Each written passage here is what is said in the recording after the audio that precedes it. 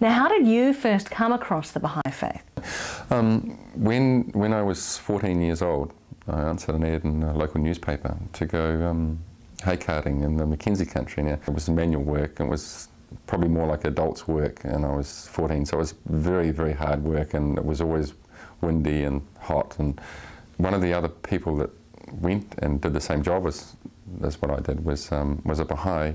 He was a young man. I think he was 21, 22 at the time, so he probably found the going a bit easier than I did.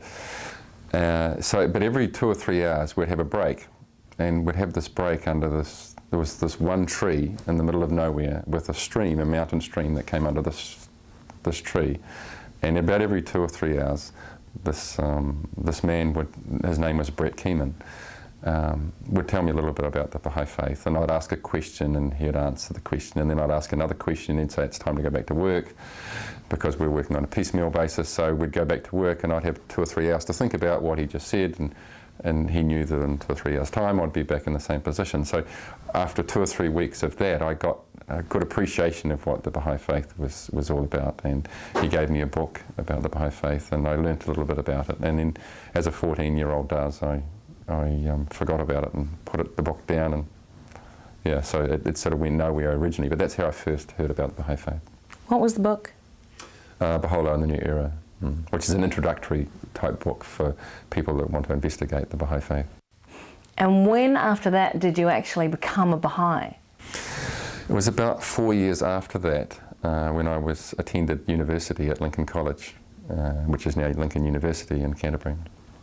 And there was as students do, you talk about religion and different aspects. And I remember in a library once when people were talking about religion, and they started talking about the Baha'i Faith, and I knew these people not well, but I knew them a little bit, and I couldn't study because they were talking, and I was trying to study, and I talked about the Baha'i Faith, and they started talking about Baha'is wearing long robes, orange robes and things like that, which I knew was untrue.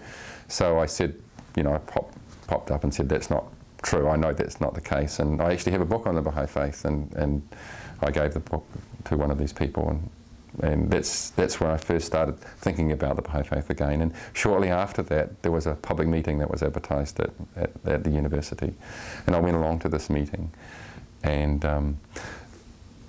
there was quite a number of people there. There would have been 30, 40 people, maybe even 50 people at the time, but many of the people were from another religion that went for the sole purpose of creating a problem at this meeting.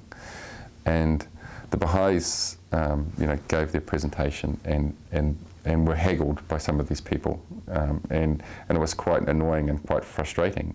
But I was very impressed with the way that the Baha'is handled themselves and didn't get upset and didn't argue back to this haggling. And in the end, the people that were doing the haggling got that upset with themselves, and they stormed out. And the Baha'is never involved themselves in that debate.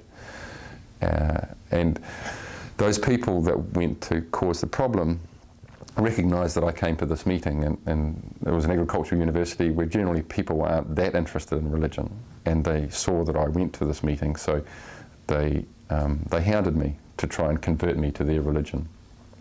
And the more they hounded me, the more I argued with them, because I, by that stage, had learnt a little bit about the Baha'i Faith.